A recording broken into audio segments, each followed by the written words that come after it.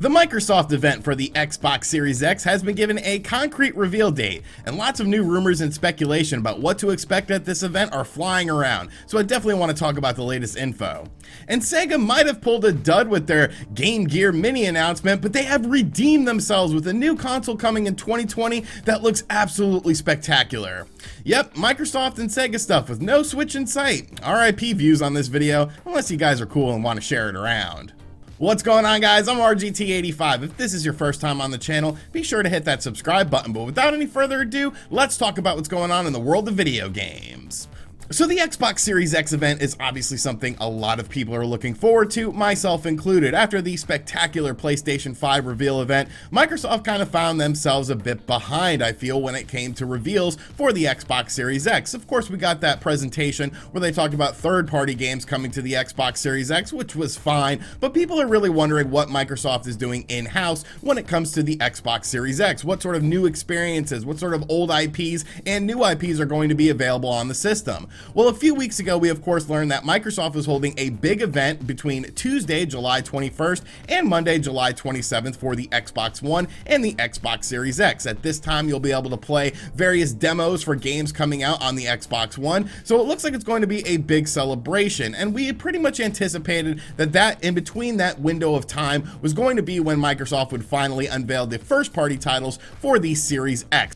And we ended up getting a concrete date of July 23rd as when this event will be taking place. Now, of course, the big focus on this event is going to be first-party games. That's pretty much what Microsoft is wanting to bring to the table with this presentation, to let you guys know what sort of exclusive titles you'll only be able to play on the Xbox family of systems. Games that I anticipate are going to be there: Halo Infinite. If Halo Infinite is definitely going to be a holiday 2020 release like many people are anticipating, you gotta show off this game. It's probably pretty far along, and it's going to be interesting to see how the fan base for Halo sort of adapts and accepts this game. You know, Halo is a very fun franchise. I've actually never completed a single player campaign on Halo. Please don't get too mad in the comments, but the multiplayer is what always brought me to the table with Halo 1, 2, 3, Reach, 4. Like, I just love the Halo games, and I love playing games online on the Halo franchise. So I'm really looking forward to see what Infinite brings to the table, what sort of changes they're going to be making to the game as well. I think another game to expect to see there is Hellblade 2,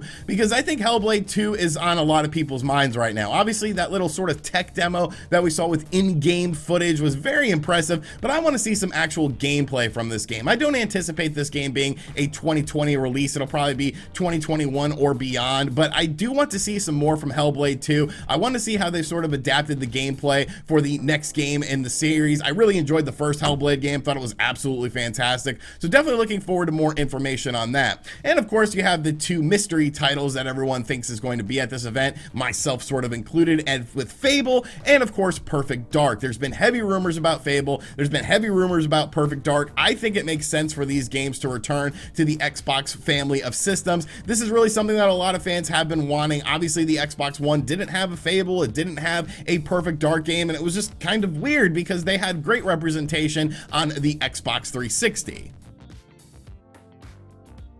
I think another thing you'll see at this event are third-party games that Microsoft has marketing exclusivity for. Obviously, this is something that PlayStation does with Capcom when it comes to the Resident Evil games. We've seen Microsoft have these sort of licensing for the Cyberpunk game. I think you're going to see some third-party games, possibly even new third-party announcements that are coming to the Xbox Series X and the PlayStation 5 that will be unveiled during this event as marketed by Microsoft themselves due to third-party exclusive deals. I think Xbox Game Services are also going to be a prominent things at this event. Things like Game Pass and showcasing of the Xbox Smart Delivery System, because I feel like that is something they really need to emphasize. If you have all of these games that are coming out that are going to work on the Xbox One and work on the Xbox Series X, you need to show why the Xbox Series X is the premium version of the game, why it's the better version. You need to show things like better graphics, better frame rate, better lighting, better textures. You need to sort of instill this confidence in consumers. I thought Microsoft did did a really good job with presenting the Xbox One X, because they sort of showcased what a game would look like on the Xbox One versus what it would look like on the Xbox One X. Of course, the game in question was Ark, but really I think they did a good job of conveying the message of this more powerful system with that event. So that's something that they definitely need to emphasize, in my opinion. They need to showcase the smart delivery system and really show why it is a value to get the Xbox Series X family of system instead of just keeping your Xbox One. Now, supposedly the Xbox Lockhart, or the Xbox Series S as we have been calling it on this channel, the all-digital version of the Xbox Series X, will not be at this event in July, instead taking place at an event in August, according to our buddy Jeff Grubb over from VentureBeat, and I think that sort of makes sense. Obviously, this is going to be sort of focused on games more so than hardware. Jeff also went on to say that he doesn't feel that they're going to unveil any sort of pricing or release date at this event for the Xbox Series X or the Xbox Series S if they decide to talk about it, and that will also take place in an August showcase. Obviously, Microsoft and Sony are sort of playing a chess game right now when it comes to things like release dates and pricing. Neither company is really willing to talk about it. They obviously want to see what the other company is going to do first. But I really think this Xbox Series X event is going to be a very big deal. A lot of industry insiders are really hyping up this event. They say it's going to deliver and meet people's expectations, which is something that I just sort of feel Microsoft hasn't done a great job of over the past few years, sort of meeting people's expectations with it. I do still wish that Sega was teaming up with Microsoft to launch the Xbox Series X in Japan. I think that would have been such a cool thing to see the Sega console lineup back in Japan, but we do have a new Sega console coming in 2020, and you know what? It is very, very exciting. So Sega has been dabbling in the classic and mini consoles as of late. Of course, last year they released the Sega Genesis Mini, and I thought it was a really good system. It had a great variety of games on it, a nice menu system to it, lots of little hidden features as well. Just a really well done system, in my opinion, when it comes to the mini consoles. Now, then, of course, they announced the Sega Game Gear Mini a couple weeks ago, and I was just like, nah, man, nah, like, I'm not feeling it. I'm a big Sega fanboy, but I cannot get on board with this. $50 for 4 games on something that's just really ridiculously small, and no, like, no, Game Gear stuff isn't even expensive to collect anyway, so why not just get an actual Game Gear and get Game Gear cartridges and sort of getting this little gimmicky thing that I think a lot of people aren't going to care about. And yes, Sega likes to look at their back catalog of stuff, but most of the time it's just 8-bit or 16-bit stuff. You might see some Master System stuff, Game Gear stuff, and of course Genesis stuff, because Sega just likes to act like that was the only thing that they ever did that really sort of brought them to a level of prominence. But of course, there was something that really brought Sega to a level of prominence, and that was their arcade stuff. You never see Sega arcade stuff get re-released, especially in 2020, right? Well, now you will. So Sega has announced the Astro City Mini, which is a Sega arcade plug-and-play system that looks a lot like the Neo Geo Arcade Mini. I actually picked one of these up on sale off of Amazon for like $30. It doesn't have the clicky stick. Like, it's not bad, but it definitely left a lot to be desired. So at first I was a little bit skeptical about this Sega Astro City Mini, but then I was like, well, it's Sega, so hopefully it'll be better. Now, the name of the system is, of course, based on the multi-purpose arcade unit it was designed after, and that was what it was called in Japan, and this housed many Sega arcade games. Now, the Sega Astro City Mini will have 36 titles on it, with some titles being confirmed already.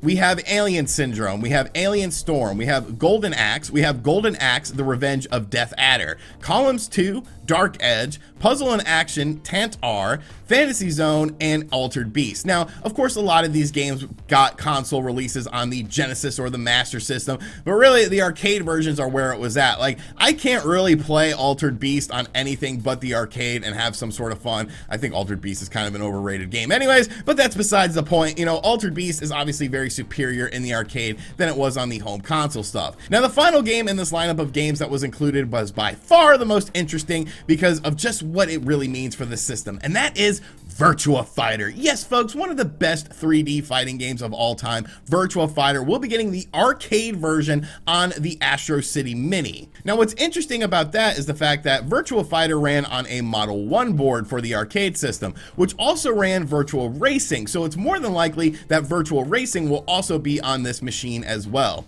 There's a chance for more boards to be on this device as well, so the potential for Model 2 board games like Virtua Fighter 2 or Daytona USA is definitely there, considering there are different boards being used for the different games that we have gotten so far.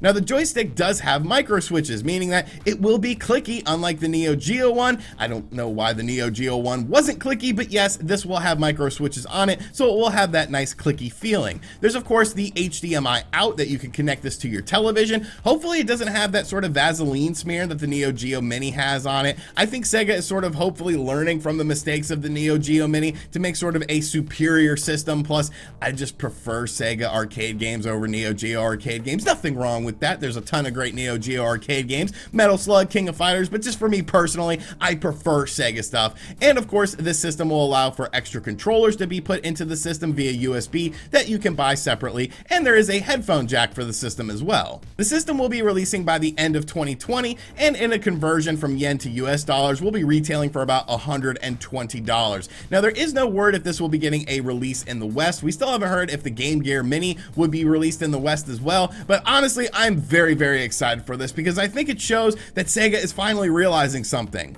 You have awesome arcade games. You have awesome games beyond things like the Genesis and the Game Gear. Like, there are games that people want to play. There are arcade games that people want to play. Dreamcast games that people want to play. Saturn games that people want to play. So why not embrace your back catalog of games? And I think this is a huge step in the right direction. To have a little mini portable console that is based on Sega arcade stuff is just absolutely awesome to me. I can't wait to get more information on this system. I'm definitely really looking forward to seeing the full game library for this. With 36 games on it, you're gonna have a great variety of stuff. Sega released all sorts of games in the arcade, so I'm definitely very excited for this. I think this is awesome, and it definitely makes up for that stupid Game Gear Mini, Game Gear Micro, Game Gear Crapo that they showcased, because this is something that is actually a great value. 36 games for $120 or 4 games for $50. Like, do the math. Do the math.